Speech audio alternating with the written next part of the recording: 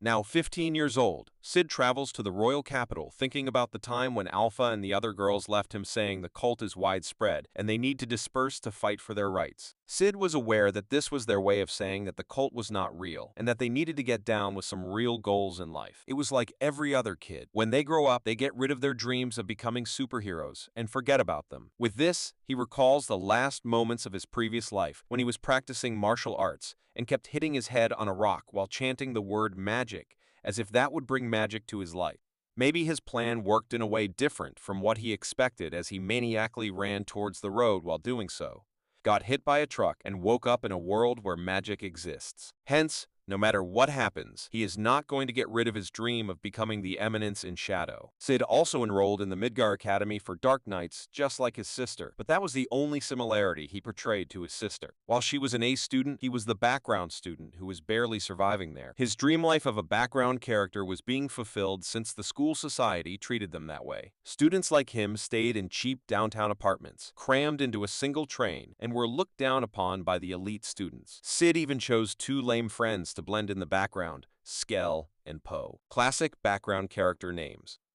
Skell and Poe remind Sid of the penalty for the one who scored the last in their previous test, which was Sid. The penalty was to confess love to the most sought-after girl in school and face a brutal rejection. Knowing it is the ultimate representation of an unnecessary character, Sid is excited and prepared to portray the best side character role in this little play. The girl he needs to ask out is the arrogant and beautiful Princess Alexia. Princess Alexia was destined for a political marriage after graduation, which pretty much makes the rejection even more obvious. Sid is ready to give his friends a great performance. In the evening, Skell and Poe are shocked at the great performance as they have assumed he was prepared to be confident, but in reality, a great performance to Sid means acting nervously and blowing up the whole scenario.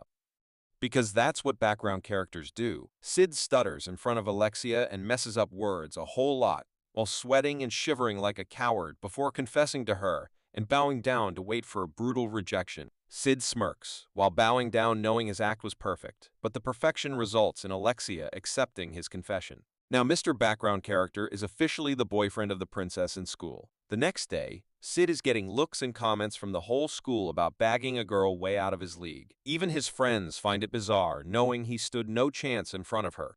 Their comments are disturbed by Alexia's unexpected presence among the lower-class students. Wanting to get dumped, he tries to ruin his image in front of Alexia and the public. He uses the opportunity of Alexia mentioning not being able to finish all the food served to her by grabbing his chopsticks and digging into her food without permission. He then eats messily, giving perfect visuals of a gross, mannerless guy, but is dismayed upon seeing Alexia pass him a smile after his pathetic act. Alexia mentions wanting to take the fencing class together with him, but Sid reminds her they both are in extreme sections of the school. Alexia tells him she put in a good word to get him into Section 1 with her. There goes his mission, dump me already, damn it. He is introduced to the section by the official royal fencing instructor, Xenon. After an introduction, everyone gets into the training. While practicing with Alexia, Sid analyzes her movements as being slow and bland.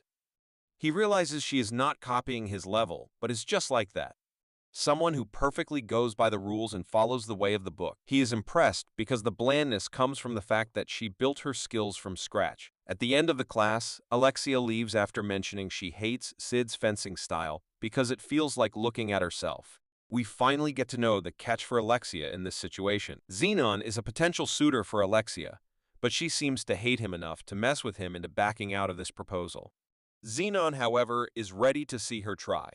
Sid sits by the fountain, rhetorically questioning in a bored manner that Alexia is using him to have Xenon back out as she can control him easily. Alexia agrees with him.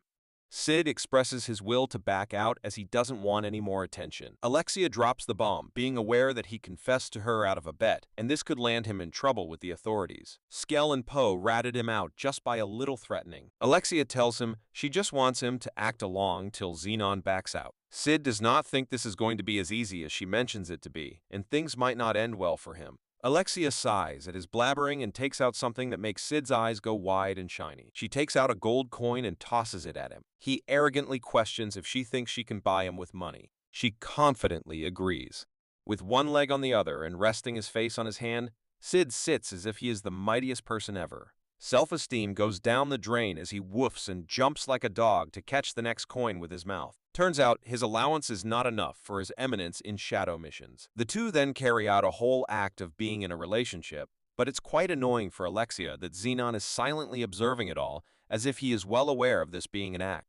After wandering in public to make their relationship seem believable, they get into a conversation about why Xenon is not a good choice. The reason turns out he is so perfect with no visible flaws that makes a person seem suspicious. Sid sarcastically thanks her for such a biased analysis, earning a gold coin as a reward. On the way back, the conversation about fencing style strikes up.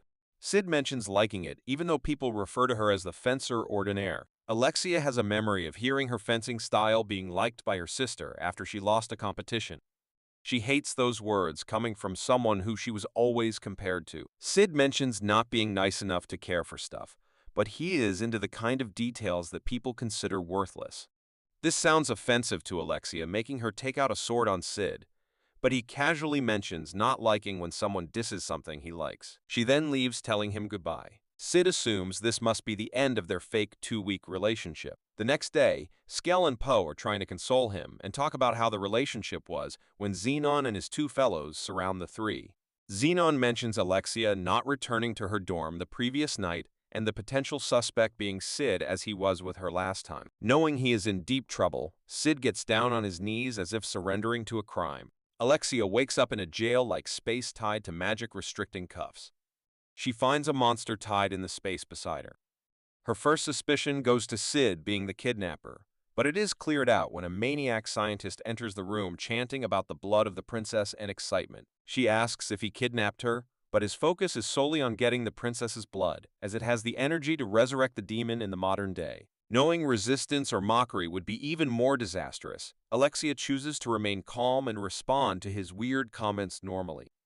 Sid is beaten brutally by the royal knights who think they are torturing him a lot. Sid, however, is just taking the blows while it is not hurting him. The knights are insistent that he accepts the crime he didn't commit. What concerns Sid in this situation is that the knights are playing the role of NPCs perfectly, and he doesn't want them to do it better than him.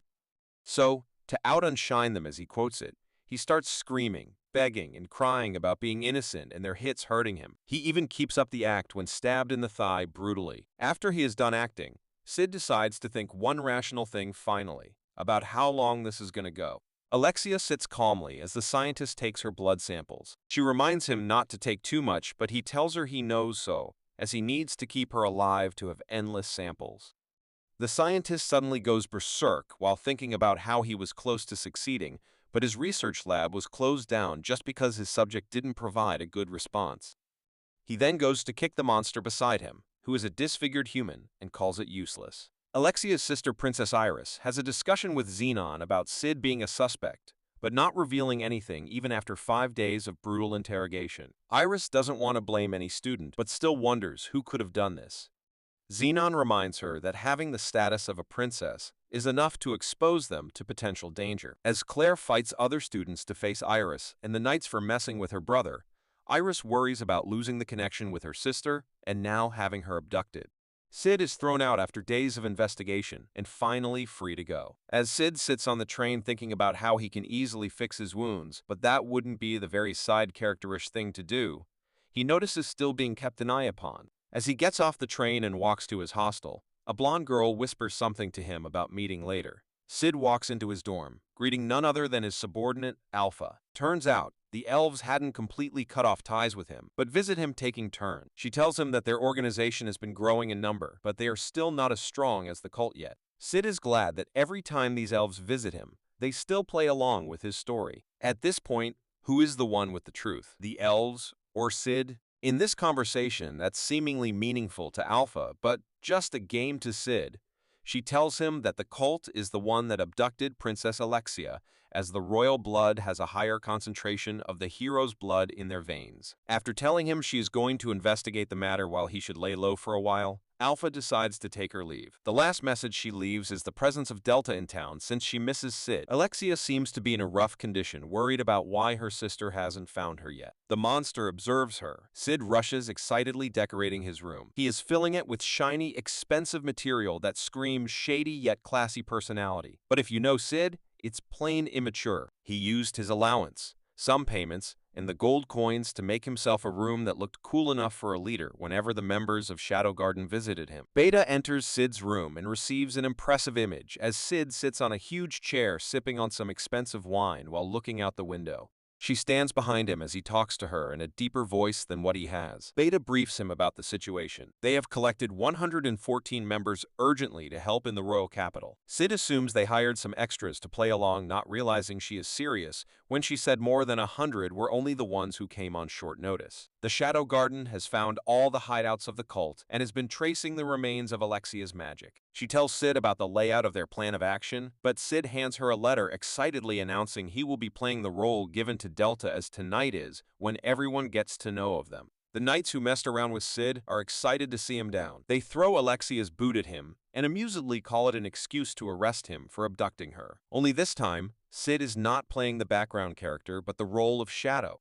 He kills the knights brutally after getting rid of their men on the lookout. The Shadow Garden then starts attacking every hideout of the cult in the capital, creating chaos around for the authorities. Alexia and the monster feel the commotion in the building, thinking it is the knights to save her. The scientist rushes in mad at the knights for coming to her too. He decides to use the prototype he prepared to even have the useless monster become a villain, while Alexia warns him not to do so. The moment he injects the monster with the blood, she transforms into a stronger and bigger monster, and the first thing she does is of course get rid of the one torturing her. The monster then breaks Alexia's chains and leaves. As the monster attacks the city, Alexia takes a sword to get out of the place. Coming out of the dungeon, she is confronted by the real culprit. The culprit is none other than Xenon. He was the one abducting Alexia and hiring the mad scientist. Alexia is more relieved than angry, as her intuition about Xenon being suspicious and worth hating turns out to be correct. This research would guarantee him a seat in the rounds, a place that offers him more money. Xenon wanted Iris for the job but settled for Alexia. This makes her attack him.